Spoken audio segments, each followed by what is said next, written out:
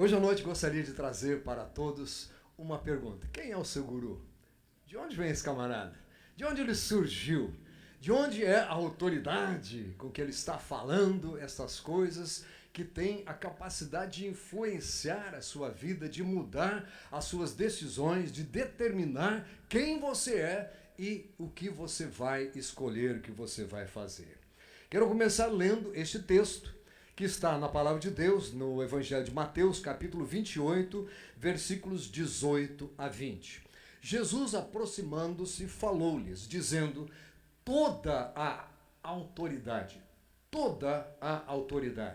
me foi dada no céu e na terra. Ide, portanto, fazei discípulos de todas as nações, batizando-os em nome do Pai, do Filho e do Espírito Santo e ensinando-os a guardar todas as coisas que vos tenho ordenado.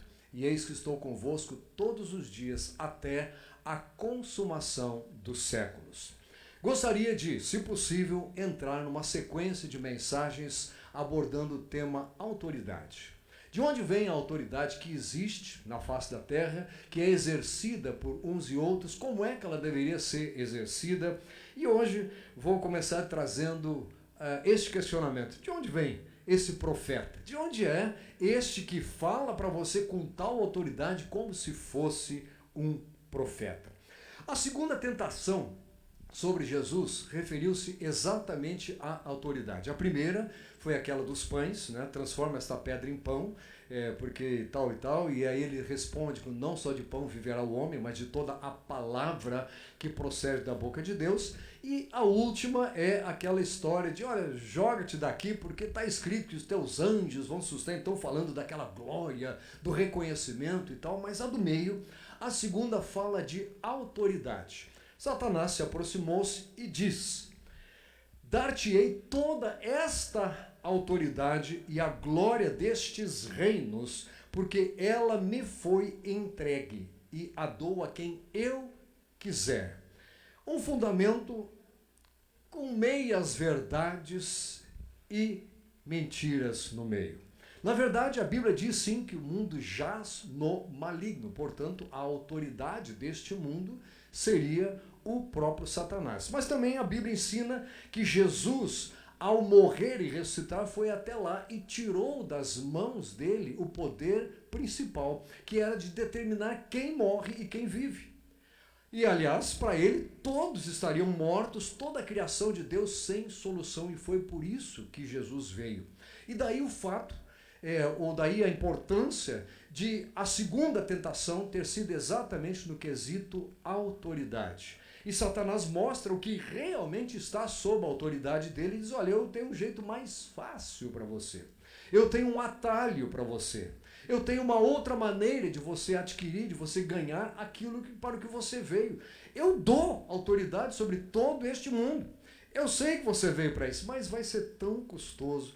E este pessoal aí, você sabe, o que você mandar, eles fazem. O que você determinar, o que você quiser fazer com eles, você faz, porque ele vinha fazendo isso. A Bíblia traz uma revelação séria quando se refere à escolha, ao poder ou não de escolha. Porque ela revela que todo ser humano, todos que vêm a este mundo, estão debaixo do domínio do pecado. Por isso ela diz, eles são escravos do pecado. E quando as pessoas pensam que estão fazendo as suas escolhas de acordo com a sua vontade, com aquilo que eles gostariam ou que acham que seria o melhor, na verdade estão cumprindo o desejo, a vontade, a determinação do pecado. E quando vem a Bíblia e diz, conhecereis a verdade vos libertará. Quando ela diz que se o Filho vos libertar, verdadeiramente sereis livres, a informação, o ensinamento é este, que Jesus, a verdade de Deus, ele disse, eu sou o caminho, a verdade e a vida, ninguém vem ao Pai senão por mim. Este Jesus, que é a verdade, não uma verdade, liberta a tal ponto de a pessoa agora ter clareza de raciocínio e poder fazer as suas escolhas. Poder realmente determinar se vai seguir ou não os ditames, a vontade de Deus, se vai ou não fazer a vontade dele. Por isso nós somos libertos, somos livres para agora escolhermos aquilo que é da vontade de Deus. Então Satanás diz, olha, eu dou esta autoridade para você, para forçar, para fazer, porque esta era a autoridade dele. Debaixo da escravidão do pecado, tudo que ele quisesse iria acontecer neste mundo. E ele fala, eu dou para você essa possibilidade, você passa a determinar e todos vão fazer exatamente aquilo que você quiser.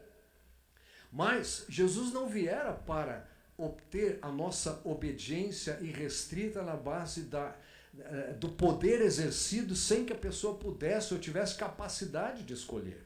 Na verdade, ele veio para nos dar a possibilidade de agora, cônscios da situação em que nós estávamos, fazermos a escolha correta e dizermos, Senhor, eu quero que este teu Espírito Santo opere na minha vida a ponto de eu poder escolher o meu caminho, a ponto de eu poder fazer escolhas, de eu buscar, Senhor, realmente um crescimento nesta caminhada contigo.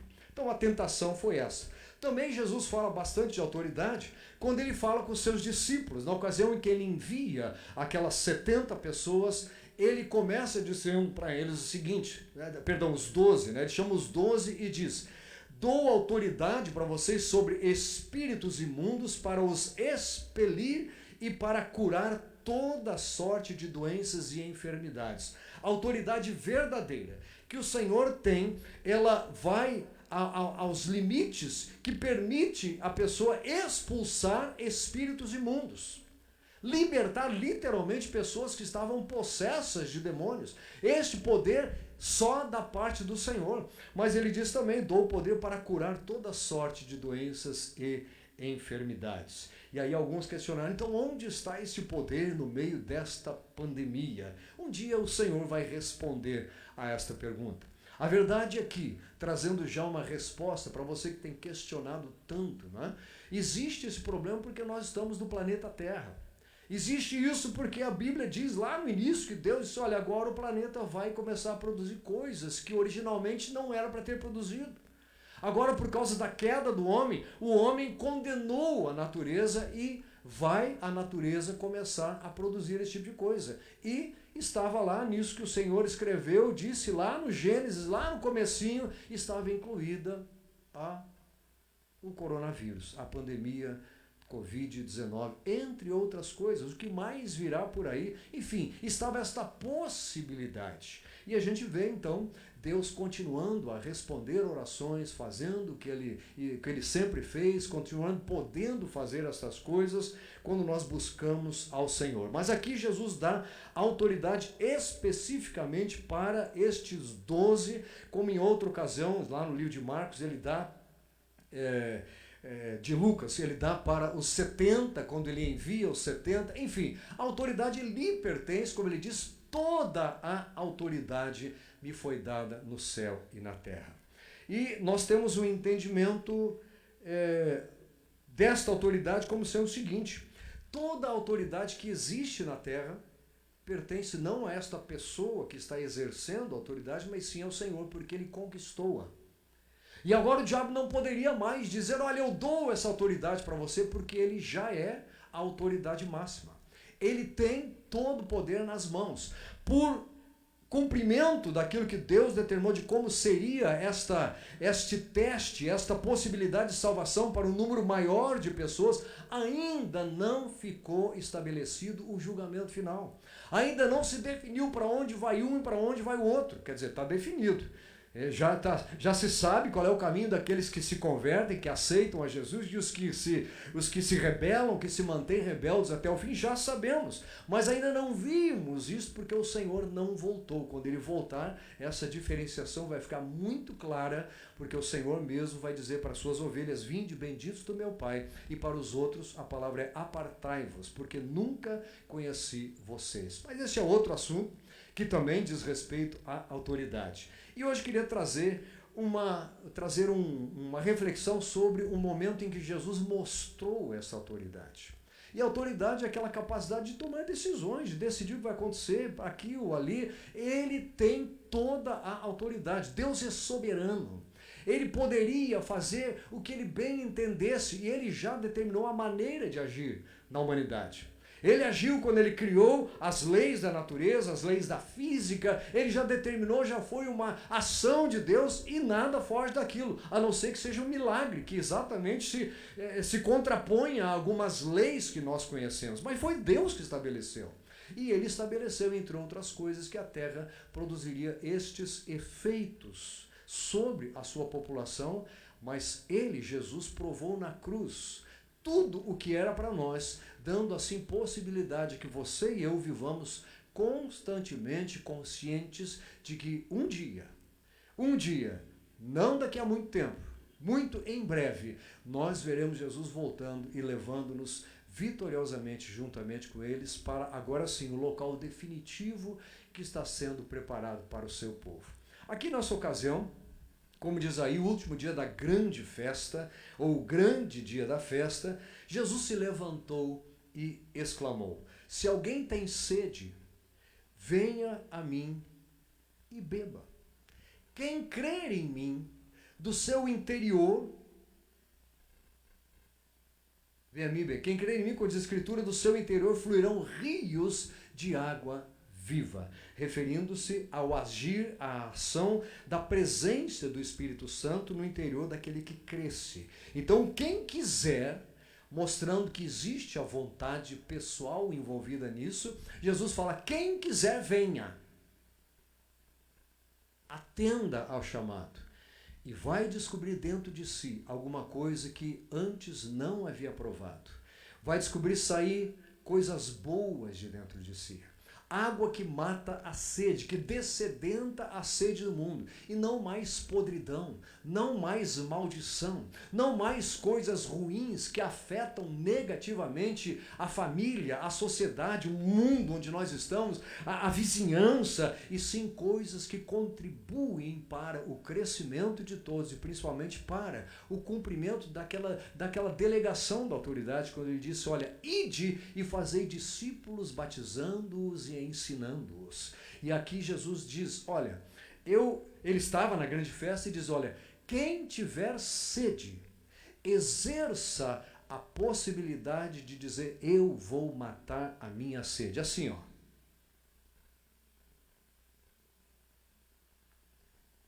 Que bom que alguém colocou essa água aqui. E essa não fluiu do interior, mas a vontade de ir lá buscar e colocar fluiu do interior de alguém. Mas enfim, coisa boa você beber aquela água fresca na medida, nem gelada demais, nem muito, né? Na temperatura assim ambiente, quando você chega assim, né? Garganta seca e você toma aquela água, coisa maravilhosa. Por isso Jesus se comparou: olha, tá com sede? Eu mato a sua sede. Uma ocasião, à beira do poço, ele diz quase a mesma coisa para aquela mulher. Ele diz para ela: olha, se você conhecesse aquele que está falando com você, você é que pediria água, e este então lhe daria água viva. Água da vida, água viva, água que traz vida, e nunca mais você teria a verdadeira sede. A mulher não entende, pensa que está falando de água. O senhor não tem nenhum baldinho para pegar água do poço? Como é que... E então aquela conversa toda, e ele se referindo à sede interior. Todo o ser humano tem esta sede interior. Todo ser humano precisa dessedentar-se. Todo ser humano precisa buscar uma solução para esta sede. E todo ser humano pode descobrir que o único lugar que detém essa solução é o coração de Deus. É a cruz de Cristo. É a igreja do Senhor que está representando o Senhor e a sua palavra, que pode levar ao mundo aquilo de que o mundo necessita: matar a sua sede. Mais do que matar os vírus, nós precisamos matar a sede espiritual do mundo. Antes que seja tarde demais. As pessoas dizem: olha, precisamos da vacina antes que seja tarde demais. É verdade ou não é? Pois é, o tempo está se esgotando para que as pessoas sejam salvas e vivam eternamente, e tenham vida e vida em abundância. O tempo para que elas matem a sua sede espiritual, sede que é eliminada quando a pessoa conhece a palavra de Deus, as Escrituras, e passa a viver de acordo com elas. Diz aqui, versículo 38, quem crer em mim, como diz a Escritura, do seu interior fluirão rios de água viva. Na continuação, ele dizia com respeito ao Espírito que haviam de receber os que nele crescem, pois o Espírito até aquele momento não fora dado, porque Jesus não havia sido ainda glorificado, o que aconteceu depois da sua ressurreição, quando ele é assunto aos céus. Então os que dentre o povo tinham ouvido essas palavras diziam: este verdadeiramente é o profeta. E aqui começa o tema da meditação que eu trago para vocês nessa noite. Este é o profeta. Este, porque ele fala de um jeito que nós nunca ouvimos. Ele fala de forma diferente. Outros diziam: ele é o Cristo. Outros, porém, perguntavam: porventura o Cristo virá da Galileia? Não diz a Escritura que o Cristo vem da descendência de Davi, da aldeia de Belém, de onde era Davi? Assim houve uma dissensão entre o povo por causa dele. Alguns dentre eles queriam prendê-lo, mas ninguém lhe pôs as mãos. Vejam só, a gente vê discussões dos nossos dias de coisas que, meu Deus do céu, por que estão discutindo disso? Em vez de tratar do problema. Fica discutindo sobre quem está fazendo, quem não está fazendo, você não fez, você é culpado e você é mais culpado que eu, e etc. Quando devia fazer alguma coisa. E é o que estavam fazendo com Jesus aqui, o homem veio. Ele disse: quem tiver sede, eu tenho a solução. E o pessoal diz: não, esse é o profeta. Não, de jeito nenhum. Ele não veio do lugar certo. Ele não tem a procedência esperada. Poderia-se dizer hoje, ele não está no partido correto. Ele não nasceu no lugar certo. Ele não se formou na faculdade aonde se forma aquele grupinho que tem mais influência. Ele não veio do lado que nós esperávamos. Ele não é conforme a nossa vontade, a nossa visão, o nosso entendimento. Este é o ponto. Jesus diz: quem quiser matar a sede, venha até mim.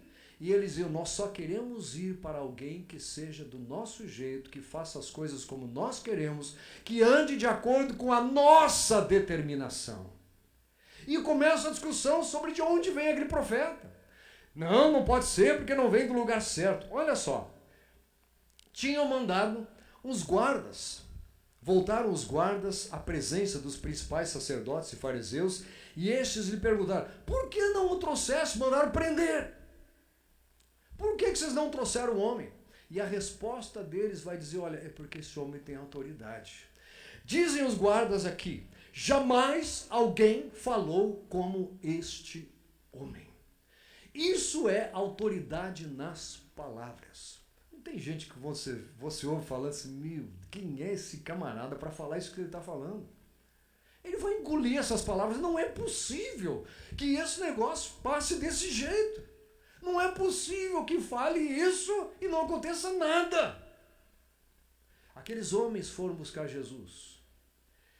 E Jesus, na forma de responder a eles, demonstra uma autoridade tão grande que com palavras ele desfaz uma artimanha para levá-lo preso.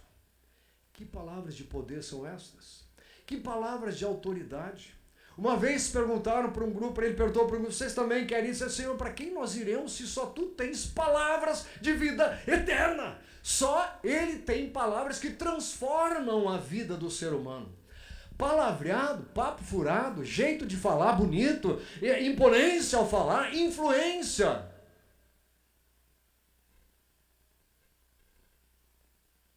Programação neurolinguística, coaching. Está cheio por aí. Guru está cheio por aí. Mas de onde vem o seu profeta? Quem é esse que determina tudo na sua vida? Como é que você chegou neste ponto? O diabo, que era esse que determinava tudo, chegou a Jesus: você quer este tipo de poder? Eu dou para você essa autoridade. Você manda e eles obedecem. Mas é automático, não vai depender de você morrer, de pagar o preço, de alguém sofrer. Não, é automático, você determina, eles fazem. Eles fazem que nem ovelhinha que vai seguindo você. E Jesus nos chama de ovelhas mesmo. Mas ele diz que as ovelhas dele conhecem a sua voz e o seguem. E ele conhece as ovelhas pelo nome na contrapartida. Ele nos conhece individualmente a ponto de saber da necessidade de cada um e de suprir essas necessidades. Responderam, versículo 46, jamais alguém falou como este homem. Nunca ouvimos. E olha que eles tinham ouvido um bocado de discurso, hein? No plenário, no palanque. Quando eu estiver lá no poder, as coisas vão mudar. Hoje de manhã, conversando com os jovens da classe de escola dominical, nós falávamos dos tempos em que a carta a Timóteo fora escrita por Paulo, e era exatamente no tempo em que Nero era o imperador. E Nero, a gente sabe da história, a gente conhece, sabe o que ele fez, que é atribuído a ele o incêndio de Roma, perseguição ferrenha aos cristãos. E sabe o que Paulo diz para Timóteo? Timóteo, ore pelas autoridades. É para ele que ele escreve. Nesta época, ore pelas autoridades, para que vocês possam ter uma vida tranquila. Agora você, Timóteo, continue sendo padrão. Continue sendo padrão, Timóteo. Na sua fé, no seu amor, nas suas palavras. Seja padrão. E deixe cada um no seu lugar, porque esse negócio de tratar com autoridade é comigo. É comigo. Teve autoridade na Bíblia que foi comida de bicho, porque não reconheceu quem era o Senhor. Teve autoridade que ficou louco, porque não deu glória a Deus. Teve autoridade que perdeu a vida. E teve autoridade que mudou e que se arrependeu e teve vida acrescentada, porque reconheceu que estava andando longe do caminho do Senhor. E teve autoridade que foi até o fim da sua vida fazendo um mau governo. E teve autoridade que fez um bom governo, mas nem por isso ficou mais rico, mais famoso. Responderam os guardas, jamais alguém falou como este homem. Quando Jesus fala, ele fala ao seu coração. Não é aquele negócio de entrar aqui, não há o que questionar. Nós temos que questionar o entendimento nosso. Temos que questionar quem falou, quem é o profeta. De onde veio isso que ele está falando? Será que ele está falando isso mesmo que está aqui nas Escrituras? Ou ele está dando uma acrescentadinha? Será que está dando uma modificadinha para outros interesses? Isso sim deve ser questionado. Mas ninguém consegue questionar quando Jesus fala ao coração do homem. Quando ele fala com você, não tem ninguém que venha dizer, ah, não, isso aí não é, tal, porque você sabe lá no fundo que é a voz dele. É claro, de alguém que é temente a Deus, que está procurando andar com Deus, mas quando ele fala, quando ele quer falar, ninguém se contrapõe à vontade dele. Esta é a autoridade do Senhor. E ela é exercida fundamentalmente nas suas palavras. Como é que este mundo foi criado? A Bíblia diz que no princípio era o verbo estava com Deus e o verbo era Deus. E sem ele, por meio dele, todas as coisas foram feitas. Sem ele, nada do que foi feito se fez. Não é o que está lá no início do Evangelho de João? Se referindo à presença de Jesus, o verbo, a palavra de Deus. Pela sua palavra, ele tornou reais todas as coisas até então inexistentes. Deus não criou as coisas transformando alguma coisa que já existia. Isto é lei de Lavoisier, que vale para este planeta e que foi determinada por Deus. Na natureza nada se cria, nada se transforma, nada se perde, tudo se transforma. Isso é lei para este planeta, determinada por Deus. Mas quando Ele criou, Ele fez pela sua palavra. A sua palavra tem poder de criação. A sua palavra tem poder de transformação. A sua palavra tem autoridade para transformar completamente a vida de qualquer um que queira dar ouvidos à sua palavra. Por isso ele começou a dizer, quem quiser matar a sua sede, venha a mim, porque isto eu faço de graça. Replicaram-lhe os fariseus, Será que também vós fostes enganados? Porventura creu nele alguém dentre as autoridades ou algum dos fariseus? Esta plebe não sabe da lei, é maldita. Que coisa, né? Que ano foi falado isso? Porque parece que é isso que pensam na gente, que a gente não entende nada. Vê que isso é coisa do ser humano? Quando se trata de autoridade, quando se trata de mostrar quem manda mais, quem é que tem mais autoridade, de se perpetuar com autoridade, etc. Quando se trata disso, mas a gente ouve tanta coisa. A ponto de dizer, não, o povo você usa como massa de manobra. Você faz o que você quiser. E ainda distorcem tanto as palavras que começam a jogar algumas culpas sobre a igreja que, sinceramente, e de uma forma justa, está querendo contribuir com o povo, com a nação, com as pessoas. E aí começa uma perseguição, porque se eles falarem as palavras deles, isso vai ser um entrave, querido. O que trava o agir do inimigo são as palavras com autoridade que Deus colocou na sua boca. É isso que faz parar o avanço do mal. É por isso que a Bíblia diz, olha, as portas do inferno não prevalecerão sobre a minha igreja, porque eu mesmo edifico a minha igreja. Aquele que tem toda a autoridade falou isso. Ele está cuidando de edificar a nossa vida individualmente e a nós como organismo vivo do Senhor. É através da igreja que o Senhor faz o que Ele quer fazer. E de ninguém mais. Vocês também são como eles. Está vendo esse pessoal aí? Não sabe nada. Esse pessoal é maldito, é amaldiçoado.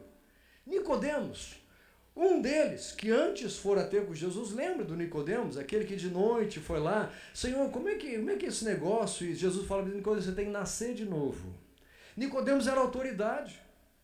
Estava no meio deles, procurou apaziguar aqui o negócio e diz o seguinte, por acaso a nossa lei julga um homem sem primeiro ouvi-lo e saber o que ele fez? Medite nisso aí. Por acaso a lei, não as pessoas, por acaso a nossa lei julga um homem antes de ouvi-lo e saber o que ele fez? Nós estamos vendo, assistindo, pessoas sendo julgadas sem que saibamos o que eles fizeram. Nós sabemos aquilo que querem nos fazer pensar que fizeram. Povo de Deus, a nossa palavra tem que ser essa. Por acaso é justo julgar alguém sem sabermos realmente o que foi feito, o que aconteceu? Sem termos a informação correta? Porque o que nós estamos assistindo é um palco de horrores. De gente definindo, porque é a plebe, esse pessoal é maldito mesmo. Não faz diferença. Como é que você se deixar influenciar pelas palavras daquele lá? Imagina, você vai se deixar influenciar pelas palavras de pastor? Essa turma aí que só quer roubar o dinheiro dos outros? Esse pessoal aí que só... Você vai se deixar influenciar por isso, porque é isso que querem que pensem. É isso que querem que pense. Agora, por exemplo, se alguém pegar este texto e editar, vai dizer que eu falei isso. Só por acaso você quer dizer pastor que só está roubando, vai dizer que eu acusei pastor de ser ladrão. Porque é isso que nós estamos vendo. Edita, corta, muda, modifica. Olha, ele falou isso. E nós que somos a plebe amaldiçoada, na concepção destes que usam da sua autoridade sem o fazerem com temor a Deus, ficamos sendo jogados para lá e para cá. Por acaso você vai também dar ouvidos? Eu vou. Eu vou, porque quem vai me tirar desse lugar é o Senhor. Porque quem vai me levar para um lugar que não tem essas características é o Senhor. Porque quem vai me fazer viver feliz para a eternidade toda é o Senhor. Porque o único que pagou o preço para que isso seja possível é o Senhor. O único que vive até hoje é o Senhor. Quantos políticos já foram? Que saudades daquele. O cara é um estadista. Nós não sabemos nada sobre ele. mas fez alguma coisa, é tratado de estadista. E se for olhar, era, sei lá, qual era a religião do cara, o que ele fazia no fim de semana, como é que ele tratava a mulher dele, como é que ele... Nós lendo a passagem de Paulo a Timóteo, a carta para os jovens, não é? Ele disse, olha, se vai cuidar da igreja do Senhor, tem que ver se ele cuida bem da casa dele. Os parâmetros são outros. Agora, se vai ser político, não interessa se cuida bem da casa dele. Se vai ter algum cargo, para não interessa. O camarada, médio, quanto médio você conhece que o camarada fuma feito um morcego? Aí ele fala, não, isso aqui faz mal, hein? Mas eu não consigo largar. É verdade, agora vai ver se você acha um pastor fumando feito um morcego.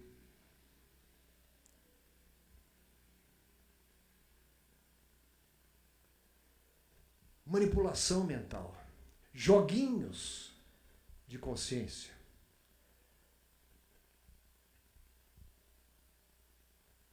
Responderam eles, dar-se-á o caso de que também tu és da Galileia?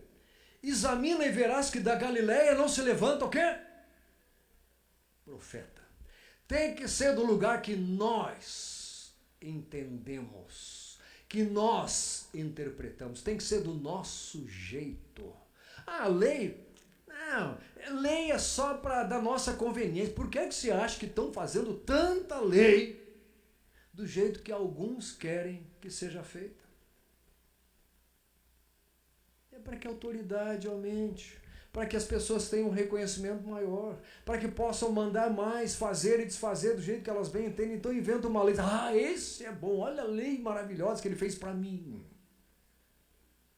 E exploram a boa-fé do povo, exploram a simplicidade de busca, de suprimento de necessidade do povo, trocando estas coisas. Só que o resto, a plebe é maldita. O interesse são os meus interesses. Está vendo como esse negócio já estava lá nos dias de Jesus? Mas a solução continua sendo a mesma. Quem é o profeta que você está ouvindo? De quem você está falando? A quem você está propagandeando? Quem é aquele de quem você fala? Com quem você contribui?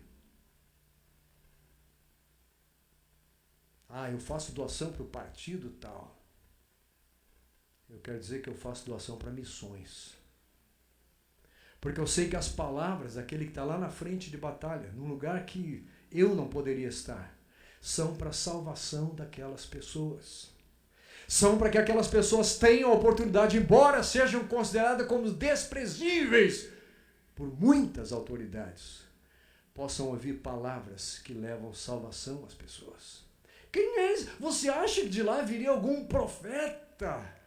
E profeta é aquele que fala coisas que realmente deveriam mudar o nosso procedimento. Você acha que pode vir profeta de lá? E cada um foi para a sua casa. Dispersou, acabou, fechou. Versículo 1 do capítulo 8. Jesus, entretanto, foi para o Monte das Oliveiras. De madrugada voltou novamente para o templo, e todo o povo ia ter com ele, e, assentado, os ensinava. Ele não foi lá para derrubar o governo romano, ele não foi lá para derrubar Herodes, ele não foi lá para fazer o que fosse, porque o meu reino, ele não é deste mundo. O meu reino é outro, ele é espiritual. E este reino é ensinado, é passado, é propagado com ensino verdadeiro. Daí a pergunta, quem é o profeta que você está ouvindo? De onde estão vindo as instruções que você está recebendo? O que é que está determinando as suas escolhas, as suas preferências, a sua formação da escala de valores? Quem é que está influenciando na maneira como você age com as outras pessoas? Quem é que está determinando na sua vida as suas reações quando você ouve uma coisa ou ouve outra? Jesus é o profeta que deve ser ouvido.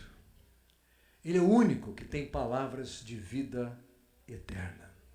Ele é o único que, quando fala, transforma tudo na nossa vida, graças a Deus. Sabe o que acontece logo depois disso? Aquele evento da mulher adúltera. Lembra? Famoso também. Foi neste contexto, nessa história de autoridade e tal, Jesus tem tempo para uma adúltera. Não era uma acusação falsa, era verdadeira. Ele tem tempo para tratar corretamente a vida de qualquer um. E não precisou de nenhuma lei naquele momento. Então vamos julgá-la de acordo com a lei. Com a lei o pessoal estava querendo pegar em pedras. É ou não era? Então a lei manda apedrejar. Vamos cumprir a lei. E Jesus disse, não, tem uma outra forma. Vamos fazer o seguinte, tá certo, vamos cumprir a lei, mas começa o justo entre vocês, aquele que não tem pecado. Pega a primeira pedra e jogue, os outros sigam depois.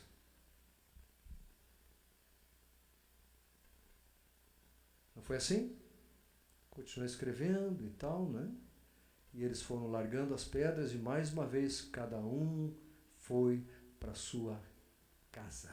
Palavras que desfazem planos diabólicos. Palavras que desfazem tramas diabólicas. Palavras que desfazem armadilhas do seu caminho. Palavras que trazem às claras o que está por trás das coisas que nós estamos vendo. O que nós não estamos vendo. Nos vem a clareza quando nós damos ouvidos ao nosso Deus.